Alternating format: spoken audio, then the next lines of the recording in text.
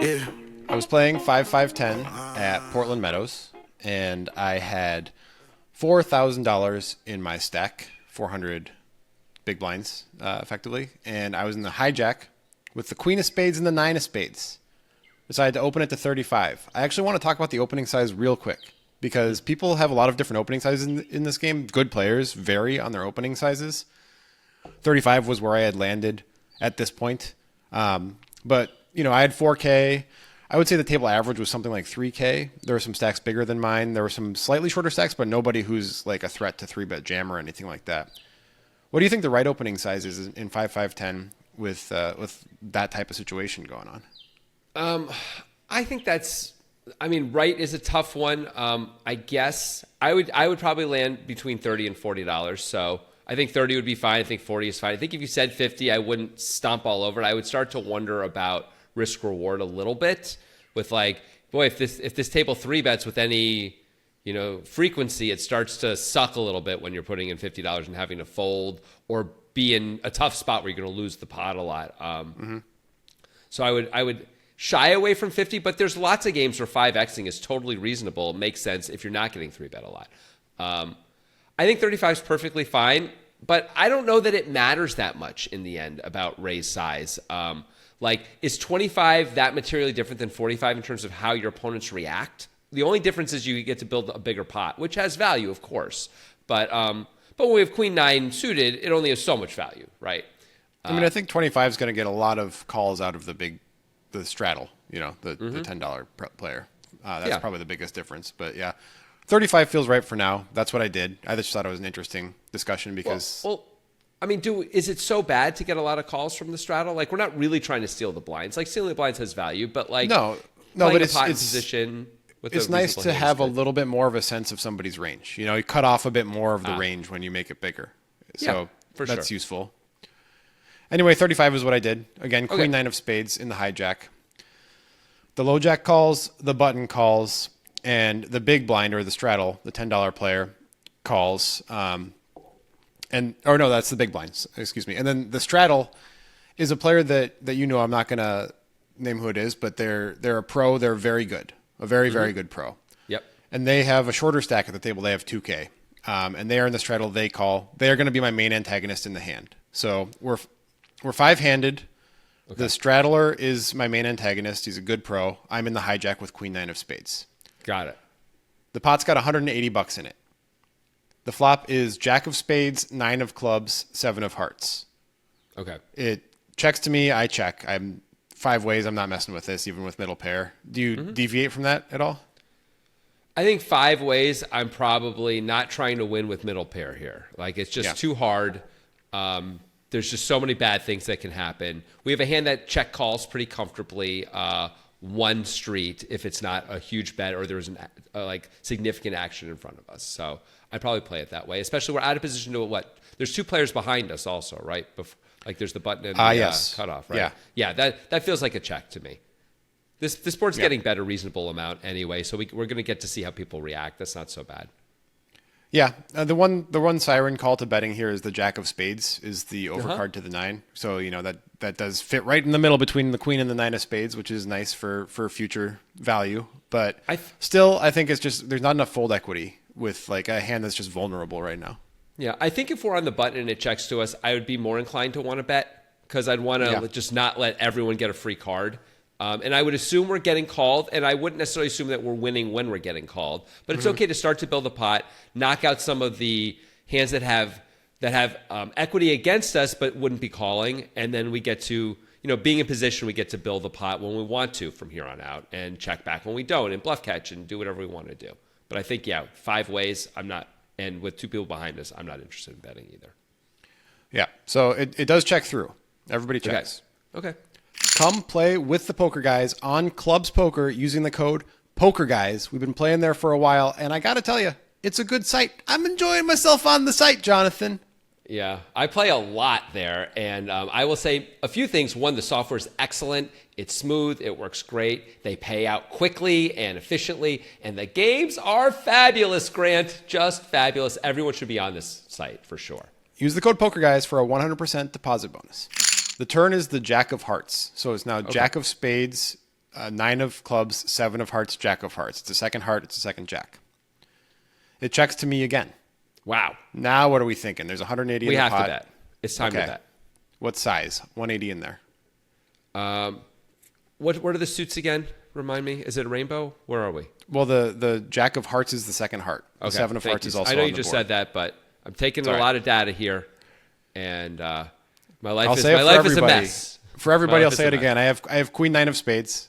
It's jack of spades, nine of clubs, seven of hearts. The turn is the jack of hearts. Okay, got it. Okay, so we're going to bet. I think we should bet with – we don't need to bet huge, but I don't think we want to bet tiny either. I think like a little more than half pot is fine. I'm thinking like 100, 110, something like that is totally reasonable. We can keep in worse hands by betting 110. Worse nines we'll call.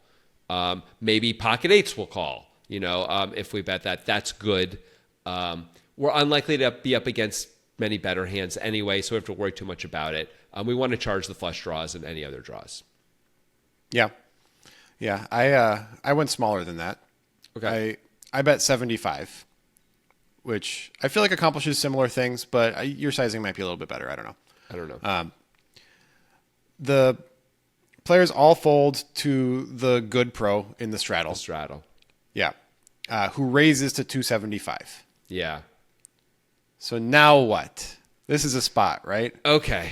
It's hard to believe this player really has a jack, right? Like, wouldn't he just bet all his super strong hands on the turn? Maybe if he has pocket sevens exactly or jack seven exactly, he would check sometimes. But I actually think if he had pocket sevens even, he'd probably bet because there'd be jacks out there.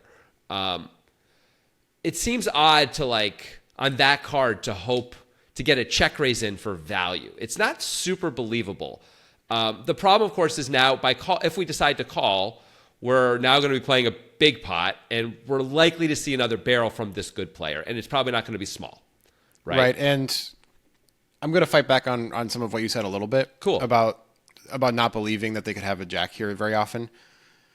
This is a very good player, not just like a pretty good player. And he knows me and knows that I have a thought process that's at least reasonable according to him in poker, and knows that he has to be relatively balanced against me.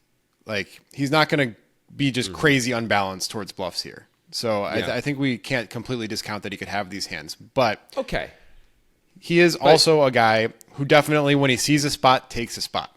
He is not afraid at all. Of course he can have strength here. I'm not saying he never has value, but I'm saying this is probably an overbluff spot, even from him in this configuration where we're five-handed and it goes check. It checks to him, right? And he's still got all these people behind him, and he decides to check again. I don't think he has value as enough of the time that it would be wrong. I think we probably have to call is what I'm really getting to here. But we have to call understanding that most of the time he's going to fire big on the river with both value and bluffs. He's going to polarize himself a lot, and we're going to have to. I don't think we should call here unless we understand we're calling a lot of rivers. Like, if we're going to find a lot of folds on brick rivers, we should just fold now. I mostly agree with you, and I do think that this is a call against this player profile, despite what I said that he could have value. Of course, that doesn't mean I have to fold, because there's hearts that he might play this way. He could have queen 10. I don't know if he's taken all of his gut shots and doing this with it. Maybe some of them, because there's a ton of gut shots available to him on this board. Any 9 is really the best bluff catcher here, besides a jack, of course, because this player would have definitely 3-bet 10s plus pre-flop. So a 9 blocks 9s full, and it blocks jack 9. So I think a 9 is it would be better to not have queen 9. It would be better to have 10-9 or 8-9 because we block straights then. Queen 9 blocks the unmade straight draw, which is slightly problematic. Yeah. But at the same point, having a 9 is superior to having an overpair pretty clearly to me here. Yeah, I agree. So, we also block 9-7 suited, which is good too. Maybe even 9-7 No, off, we're beating 9-7 suited. There's a second jack. Oh my God, we are, because the jacks are paired. Hey, we don't have to worry about that. Yeah. That's nice. It's hard Yeah. when you can't see the board. All right, go on. Anyway, so I do call, but obviously this is like I'm thinking he's going to barrel big on the river a lot of the time type of situation. What does it look like to him that we have when we bet call here? It looks like we have some overpairs probably, and some like 9s and 10s, right? Like a single 9 like we have, or like pocket 10s, right? I could also have a heart draw that, like the nut heart draw, heart or draw. a combo heart draw. Yeah, like any, that's because there's a ton of combo heart draws available that I probably would have checked on the flop. Nut heart draw I would have definitely checked on the flop, so I could have those things. Can you have king queen here? You would have checked out on the flop, right? I could have king queen. I'm not sure if I'm going to call when he check raises. King with queen of hearts. King queen of hearts. Yes. I think I can have king queen here. I'm mostly not betting this board on the flop, and I think he knows that 5 Yeah. ways. Yeah, okay. So I can have a lot of those things. I could also have a superior jack if he has like not a huge jack, right? So it's possible I could have Jack 10. or an inferior jack if he has a big jack, you know. So Yeah. I have a lot of potential Okay. hands in my range here. Cool. But I I think we're call. supposed to call. I think we're supposed Yeah. to call. But The get pot's ready. now 730. Get ready for the big one. He may overbet this river. A lot of rivers. Well, we'll see. 5 of spades river. So it's now jack of Pretty spades, 9 of clubs, 7 of hearts, jack of hearts, 5 of spades. I have queen 9 of 8-6. spades. Yeah. What's that? 8-6 gets there. 8-6 is Yeah, the only thing that 8-6. gets there. Yeah, so like if he's not doing it with all his gut shots as a bluff, he might be doing it with all his open enders, which 8-6 and queen 10 are the remaining open enders. So, you know, it's possible that he could have 8-6, is true. Yep. But Okay. That's it's it. just That's it's too not bad. nearly as bad as a heart, right? There's so many bad cards. This is Yeah. not one of them. Like even just a rando ace. Now, if an ace comes and he has the nut flush draw, he's not going to bomb the hell out of it on the No, river he's not. anyway. So actually, that wouldn't be. We wouldn't be. So a bomb would not be repping just an ace there. But this is a relatively. This is mostly a brick, right? Yeah, it mostly is. He doesn't bomb it. He bets 450 into 730. It's like Oh. such a normal size. Whoa. You know? So what do you Okay. make of this? So what is happening here? He's doing one of two things. He's either trying to tell a better story, right, with his bluff, which I kind of love, Yeah. or he is just targeting the parts of your range that he thinks can call this much and not the big amount, right? Like a 9. Like now, Yeah. I think a 9, we were probably going to have to call $1,000 on the river some of the time. I was right. Yeah, when the river came and it was like, oh, this is just another card that makes me want to call. I was like, I really hope he doesn't bet big because I don't want to have to call Yeah. $1,000 here, and I feel like I'm going to have to do that.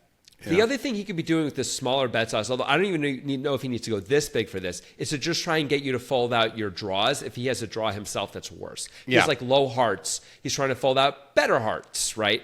And he's like, I'm going to bet enough so that way you're just going to auto fold. Like you can't call with king high or even ace high. You're just going to find a fold because, you know, like a lot of the time at least, right? And then, so like you don't need to go huge with that kind of sizing to do that.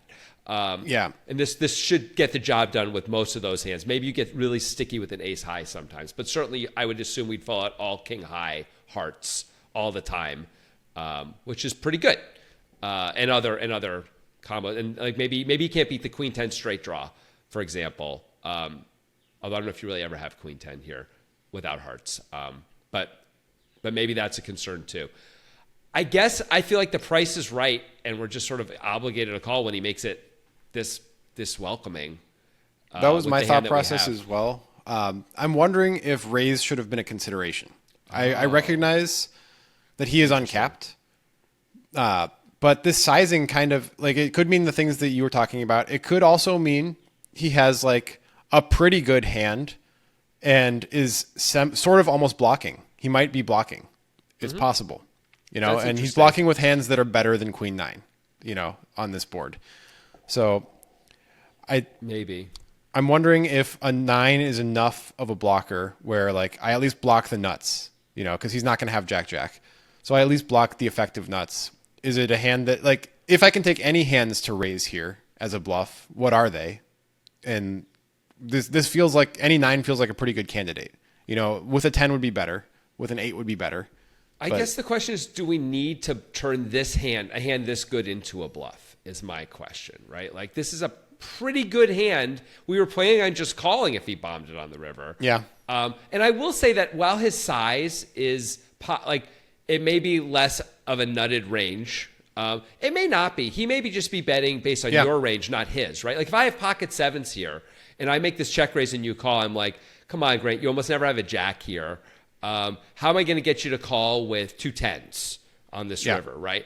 And I don't want to bet 1,200 if I think you're going to fold too much there. Now, maybe I know you're just going to stick it in anyway and it's going to be fine and make that call. But he may be betting based on your range, the fact that you're capped, not so much worried about his range if he's got a strong hand. That's not impossible for a player like this, right? He's going to think that way. So that idea leads me, again, wanting to call where we can pick off some of the bluffs.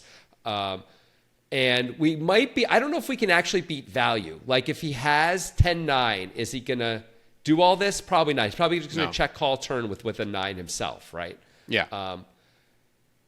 So I'm inclined to want to just call here and not get all fancy with it. I don't think I like the idea of raising. I'm not sure we fold out enough hands that are better than ours that this is worth that it's worth attacking. Yeah. I did call. Okay. And he had Jack 8 suited. Nice. So nice he had trips. He blocked the straight. I think maybe that's why he decided he could check raise and bet again effectively. And I think that's also maybe a bit why he chose the sizing he did, because like it's a little bit of a blocker, right? I could have a hand like King Jack or Ace Jack and have played it this way when it's 5 ways on the flop, and this way he sets his price with an inferior Jack. I wonder what he's doing if you do raise with that. I know. I'm thinking that right now. If I make it like 1,400, what's he going to do? I'm curious. I don't know. I mean, it's got pretty good blockers, right? Yeah. Having the Jack is useful anyway. Not only does it make you a strong hand, but also you block full houses.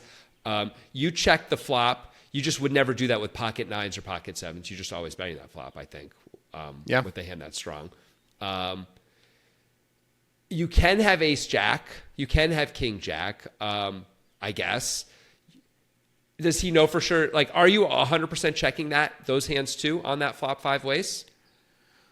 Not 100%, no. But I am sometimes. I think you're betting it. Yeah, you're probably betting that sometimes. That makes sense too. He also blocks straights with the 8 because 8-6 came in. He may talk himself into that he just has to call with that hand. That hand's like blocks too much stuff and is strong enough that he just has to call. So I don't know if it would have worked. I lean towards it probably wouldn't have worked, honestly. I think probably not. He also is coming off a lot of recent tournament success, so that maybe makes him a little bit less bluffable. It's possible. Like he's got the money and he's probably more confident in his reads and stuff too. Yeah. I think he's doing sort of what we talked about, or what I brought up, the idea of he's like betting based on your range more than a blocker bet, really. I think he thinks he's got the best hand almost all the time, and he's just trying to get called by a hand just like you have. He's targeting 10s, he's targeting 8s, he's targeting Ace-9, basically, and like, here's a price that you can call and you don't have to worry. You don't have to make a big tough fold or anything like that. You're just going to have to call. That's what I think is going on. I think he played it great. I also think that I played it fine. I don't regret calling, except for that I lost the money, But I think against this player, you could definitely be bluffing here, and this is a reasonable hand to bluff catch with, so I'm okay with it. Oh, absolutely. No, like we were saying, we think it's probably overbluffed on the turn by him in that spot, if anything. Maybe he's balanced, but I don't think it's underbluffed until we have reason to believe that about him. And I don't have, I think he's working hard to try and at least get close to some level of balance against you. And then this river, the price is just a little too nice to ever really consider folding. It just is when he can still have some bluffs with this size, which I do think he can have. Yep, I agree. And, I lost, but that happens. At least he didn't bomb it to the tune of like $1,100. Like you get to save like I probably call, honestly. I'm probably calling. I think I would call too. Yeah, I'm glad he didn't. Tired of being tired of being sick. In my head 24/7, how I'm supposed to pay the rent. Missing practice, I don't play. Friday nights we on the bench, trying to come up with a play. If it don't work, then hit a lick. So if knocking at my door, praying they ain't tell. I'm studying her word, pray her